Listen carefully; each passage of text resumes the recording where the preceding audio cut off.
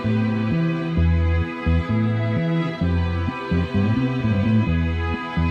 is up, people? This is Prophet, and I'm coming today with the second part of the video series on what to do when moving, or some tips on moving. I'm gonna break this down into two videos probably. One's gonna be for short moves, and one's gonna be for long moves. Um, this one is going to focus on long moves. Somewhere I'll either annotate right now, or you can wait until the end of this and it will link you to the second video or the other video, which is the short move. So let's get right into this. Long moves are, like I said before, considered something where you would take maybe you're moving a couple states over, or a couple of, or across country, a good ways, like I'm planning on doing. So these are just some tips that I've found that help out, or some things to keep in mind when doing that. One, you want to have things squared away at your new location. What I mean by that is just have like all rent or deposits or any monies that you have to pay up front. Have that all done and squared away, and talk to your financing company, or if you're running a house or a leasing company or anything like that, or realtors, or management of apartment or condo or whatever. So all you have to do is just basically show up, get your keys, and move in. Another good thing to have squared away: water, electricity, stuff like that. The basic necessities that you're gonna need. You kind of want to have that up and going, so there's no situation where you're rushing around trying to get water set up and electricity set up as you're moving in. Another thing you want to think of is, or you might want to think of, is if you want to do a self move or a paid move. Self move is basically just like it sounds, like you put your stuff in a U-Haul or in a trailer and you move it yourself to your next location. Paid move is either like the pod system, where they drop off a pod or a container at your old location. You put your stuff in there, you call them up, and they take it to your new location. Or of course, you pay movers to take your stuff to your new location. There's pros and cons to both. Usually paid moves are a little bit more expensive, and usually people go for paid moves when they have a lot of stuff to move, or if they usually if it's a job thing, and the job is your new position is providing it, or your new company is providing it, or the simple fact that they can afford it. It's also another issue is time. If you're on a short deadline of your move, like you have to be there within the next couple days, sometimes paying somebody to do it professionally, and that's all they handle, is a lot easier than trying to organize everything yourself. The upsides of self-moving: it's cheaper because you don't have to pay movers. Um, it's usually you in a trailer, you in a truck, and you do it all on your own, so you can kind of save on a little bit of the cost, and you don't have to really worry about your stuff getting banged up, because you know how fragile or not your items are. One downside to it: you have to do it yourself. Hopefully you have some friends or some family or something in your new location that can help you, but usually you're just kind of hoofing it yourself when it comes to actually packing and unpacking the stuff, which could be good but could be bad depending on your situation.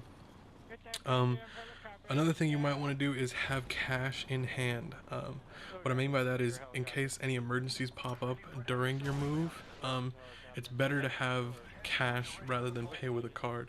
Now, yes, most places will accept credit cards, but when you're talking about like stuff like fuel and everything like that, and gas, um, it's going to come out cheaper. That the places that do have separate prices for card and cash is always going to be cheaper than card. Also, you don't really have to worry about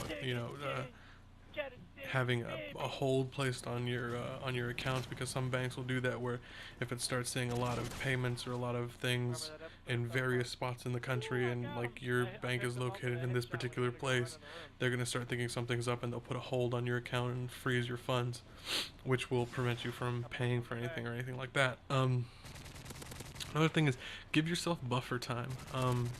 Give yourself enough time to I like to equate it to like vacation time.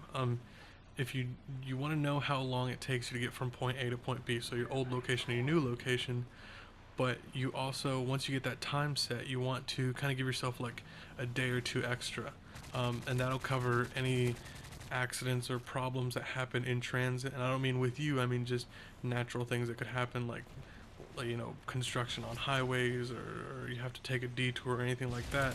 It'll give you enough time so you're not rushing around, you're trying to do stuff hurried, because usually when that happens you start making mistakes, or you make a bad choice, or a lot of problems arise. You can also assess what you're taking and what you're not taking. This will help cut down on the cost of moving, whether self-move or paid move. And that's basically just look at everything that you have and then make a list of everything you're going to take. Once you've got that list down, actually sit down and start kind of like looking at the list and going like, okay, that's something that I will definitely be taking, or that's something that I'm not necessarily going to be taking.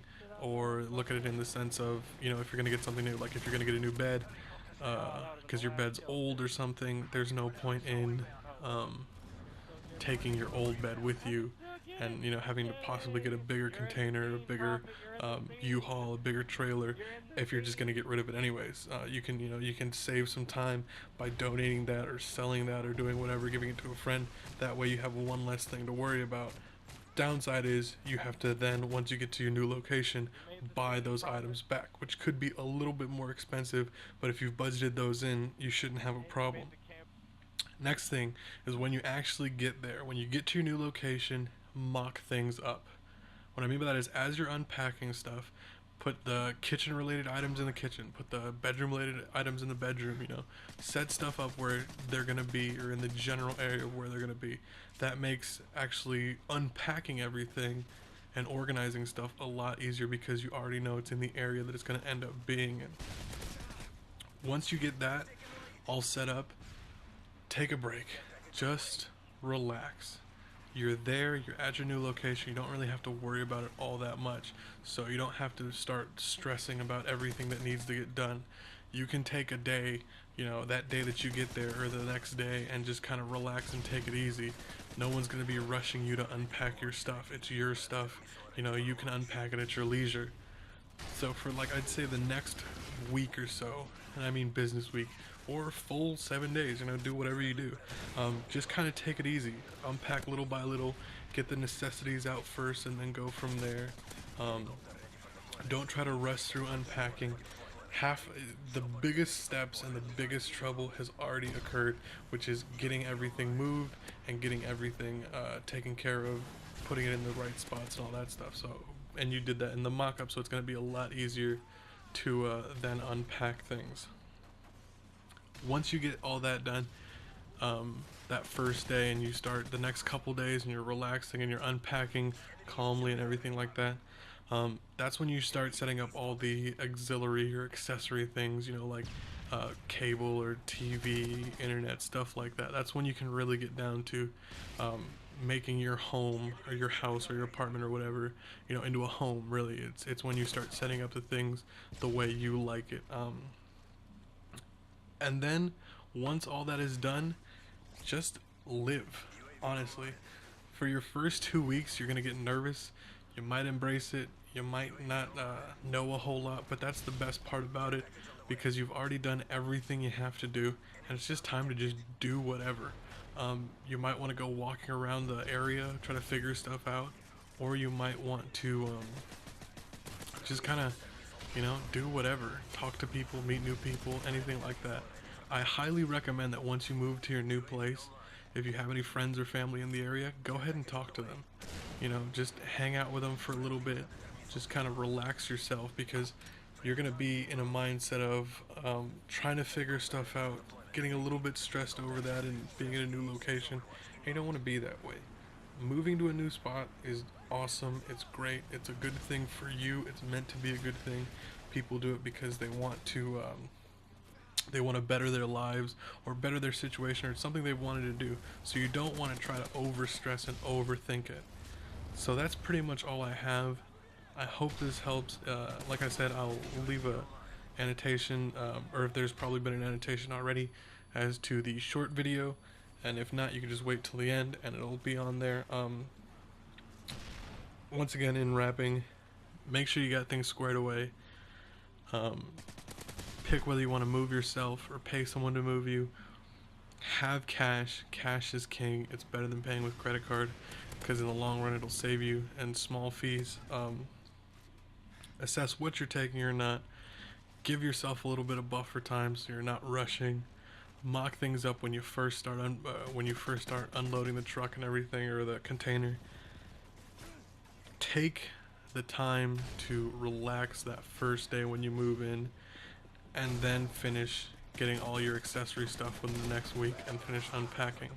Um, that's the best of the thing that the best advice I could tell you. You gotta relax. It's not a rush thing. There is no race. There is no gold medal for finishing early, anything like that. Just take it easy and you'll be fine. Another thing that I didn't mention before, and I want to get in there, is if you're moving yourself, or even if you're paid moving, as you're driving to your new location, rest. Take the time and rest as much as possible. You can stop in at a rest stop, and even if you don't get a hotel room, you can just sleep in the car or sleep in the truck. There's nothing wrong with that. Getting a few hours of sleep is a lot better than risking getting into an accident while you're trying to, drive and you haven't slept in like 3 days. It's better to rest as much as you need versus kill yourself over a move that you want to do, because that's just silly. That's all I have for you guys. Hope you enjoyed it. Hope it helps you out, and I will see you online. Peace.